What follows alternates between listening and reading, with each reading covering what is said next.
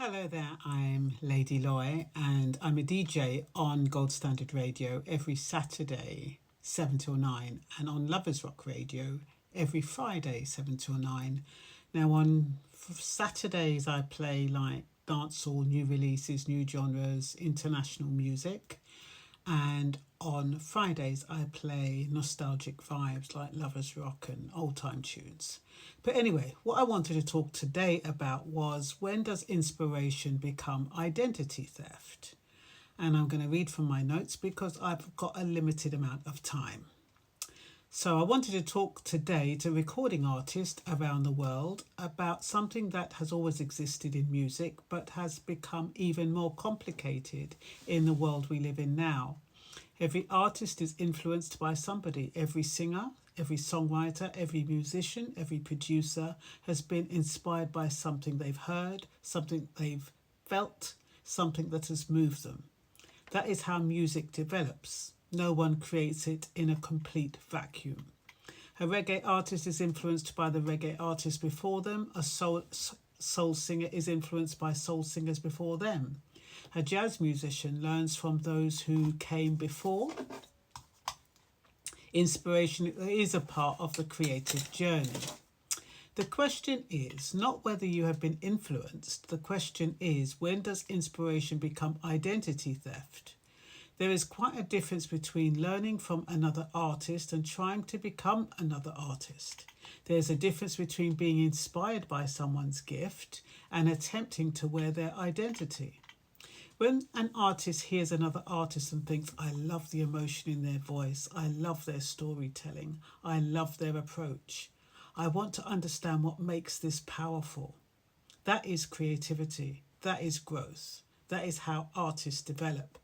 But when someone starts trying to reproduce another person's entire identity because that identity already carries recognition, attention, and success, then something changes.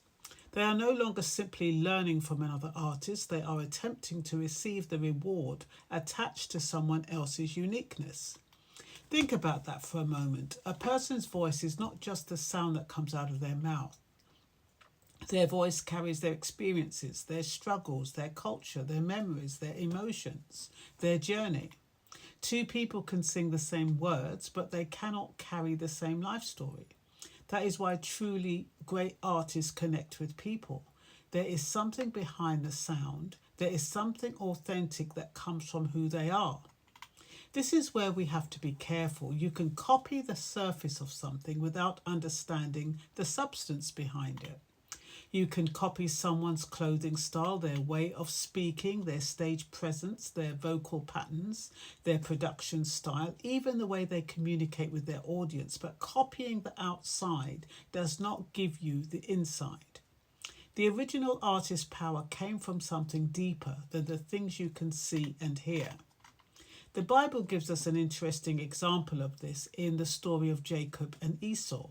Jacob wanted the blessing that belonged to Esau, so he created an appearance that would make his father believe he was his brother.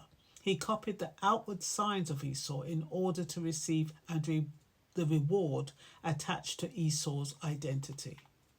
The lesson is not the lesson is not that influence is wrong. The lesson is that there is a danger in trying to receive a reward by presenting yourself as something that you're not.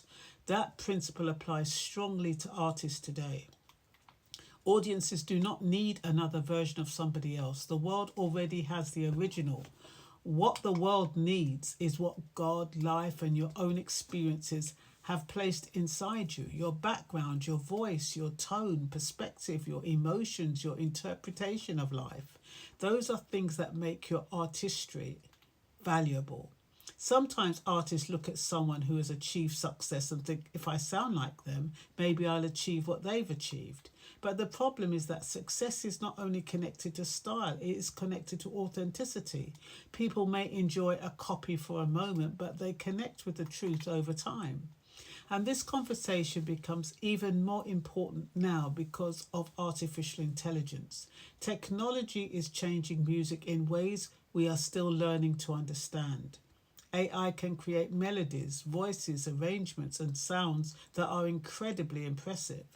The question we have to ask is not simply, can we do this? The question is, should we do this? And who receives the credit? Throughout history, new tools, currently AI, have changed music. The deeper question is if AI is used as a tool to help songwriters experiment, arrange, or develop ideas, that is one conversation. But if technology allows someone to reproduce the recognizable voice, style, or artistic identity of another person and then receive attention, money, or reputation from that imitation, we are entering the same moral territory as Genesis 27. The modern hairy hands may not be literal. They may be a copied voice, a copied image, a copied style, or a copied creative identity. A person's artistic identity is part of their contribution to the world. Imagine spending years developing your voice, your style, your sound, your connection with your audience, and then discovering that someone has taken the very thing that made you recognizable and uses it to create their own success.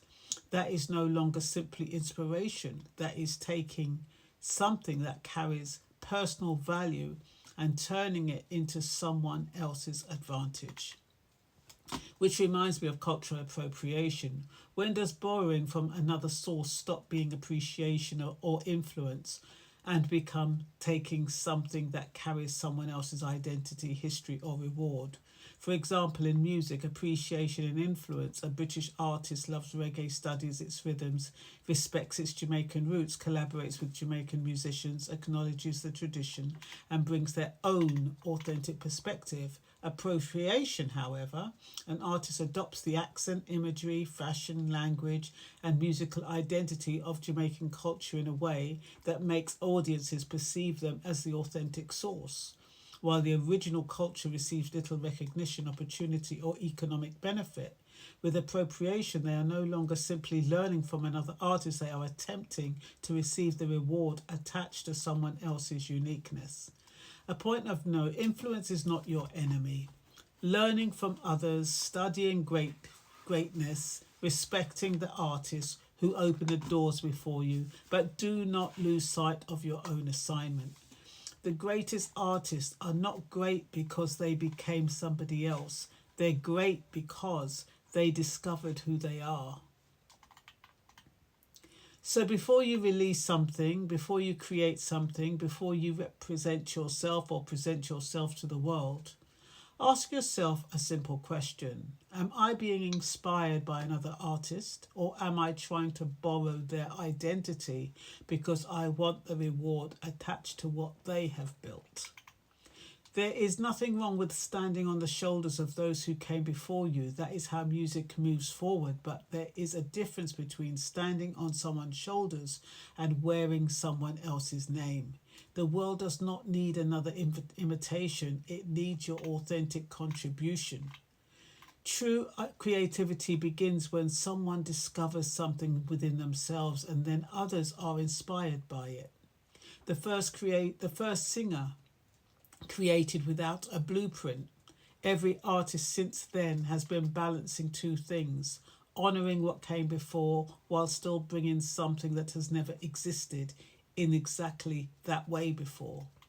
Which interestingly brings us right back to my original question. When does inspiration become identity theft? The first singer gave humanity a gift. The challenge for every artist who follows is not to steal that gift from someone else, but to add their own voice to the song that humanity has been singing ever since.